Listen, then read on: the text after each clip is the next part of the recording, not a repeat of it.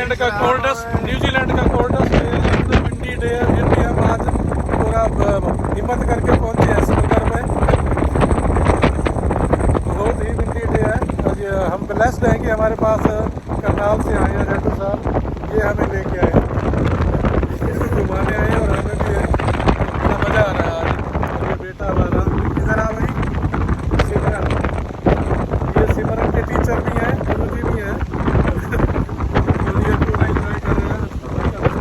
आप हमारे शादी हो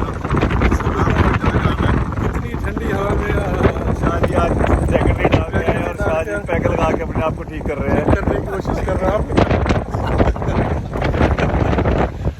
रियली बहुत ही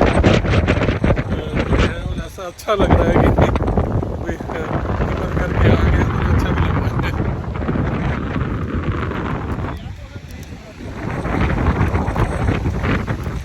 Okay guys, you guys also